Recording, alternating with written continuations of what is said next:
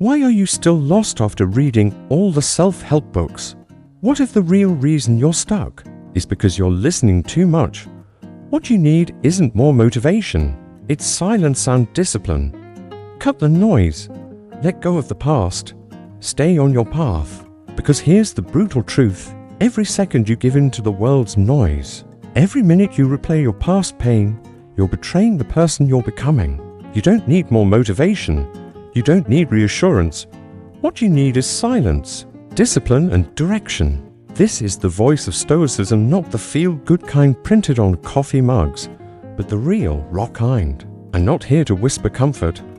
I'm here to break the chains you can't see, to remind you of the ancient truth. You weren't born to be distracted. You were born to rule yourself.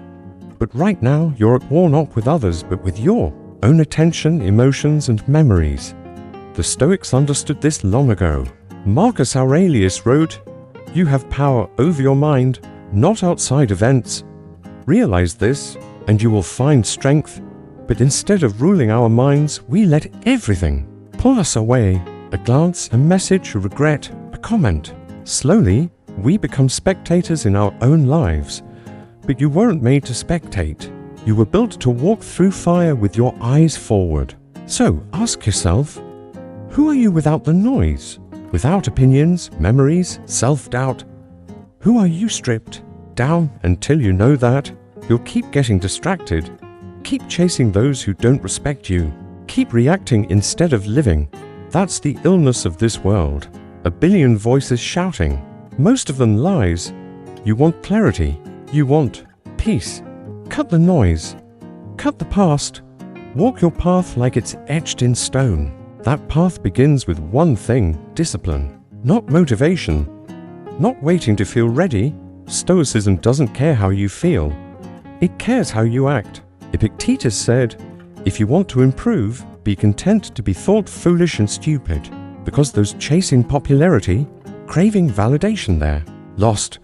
But you're here to break free, to go quiet, to go inward, to cut the noise and meet the part of yourself that doesn't beg, doesn't flinch, and doesn't stop.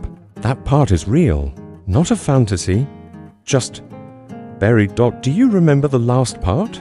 We talked about how true growth doesn't start with feelings, but with discipline. Well, now comes the test, the real test. Beneath everything you've been told you should be lies this simple truth. You need the discipline to rise early, the strength to remain silent when others spit venom, and the clarity to focus on what matters even when the world is screaming for your attention. That's exactly what Stoicism sharpens in you. But let's not sugarcoat it. This path is hard. It demands you to let go of everything that feels good in the short term. Revenge feels satisfying. So does attention, being right, scrolling for hours while your dreams rot in the back of your mind. But you're not here for what feels good. You're here for what makes you strong. The Stoic warrior doesn't cry out for recognition, they master invisibility. They don't chase revenge, they outgrow their enemies in silence. They don't argue endlessly, they speak once, and their silence says the rest. This is why Marcus Aurelius, even while walking through royal halls, reminded himself daily, it is not death that a man should fear, but never beginning to live. Now, be honest, have you truly lived today?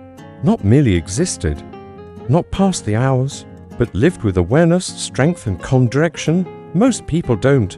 Most simply react. They live by how others move. But when you live like that, you're not living. You're echoing. Cut the noise.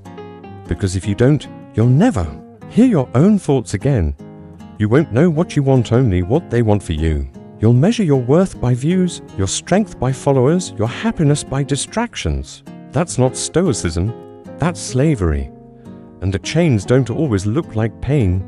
Sometimes they feel like pleasure. That's what makes them dangerous. Seneca warned, we suffer more in imagination than in reality. That's the threat of noise. It doesn't just distract you, it manufactures pain. It convinces you that you're broken when in truth, you're just overstimulated. Think about it. When was the last time you sat in silence? No phone, no noise, no validation. Just you, your breath, and your thoughts. That's where the real war begins. Because silence doesn't lie, it exposes. And what it exposes can be uncomfortable: regrets, fears, mistakes, anger. But that's exactly what you must face. That's the battlefield. That's your arena. You want clarity. You want real power. Then earn it in the silence, and it's there in that stillness where Stoicism begins to show you its real strength.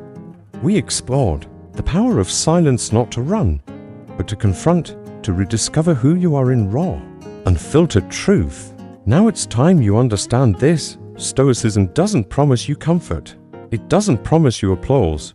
It promises just one thing: control. Not control over others, not over life, but control over yourself, the only thing you'll ever truly own. And that kind of control, it's not handed to you. It's earned by cutting the noise and mastering your mind. When someone wrongs you, you pause, you reflect, you don't react. When your past whispers shame, you breathe, observe, but don't obey. When the world demands your attention, you smile, remember your mission, and stay the course. That's the Stoic way. Not cold, not emotionless. Powerful. It means feeling the chaos but not becoming it, seeing the distraction but not chasing it, knowing the pain but never letting it define you. And about that pain, yes, you've been through it. Betrayal, loss, regret, shame, we all have. But the Stoics don't ask you to erase the pain, they ask you to transform it. Seneca wrote, "Difficulties strengthen the mind as labor strengthens the body, but only if you use them well. Pain can be your compass or your cage. It can awaken you or keep you numb. It can forge you or break you. The difference? Your mindset. You don't cut the past by forgetting it. You cut it by refusing to let it drive anymore. Let it sit in the back seat. It can whisper, but it cannot steer. Because the past only hurts you when you keep handing it the keys. Noise will always be there. The world won't go silent for you, but your mind can, and that is your greatest weapon. You want focus?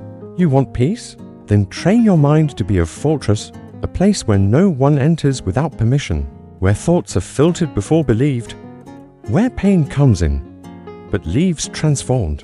You become a weapon not by shouting, but by enduring, not by reacting, but by standing still while the world spins.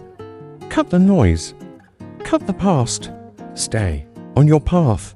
This path won't win popularity contests, it won't earn you applause, but it will earn you something far more valuable. It will earn you yourself.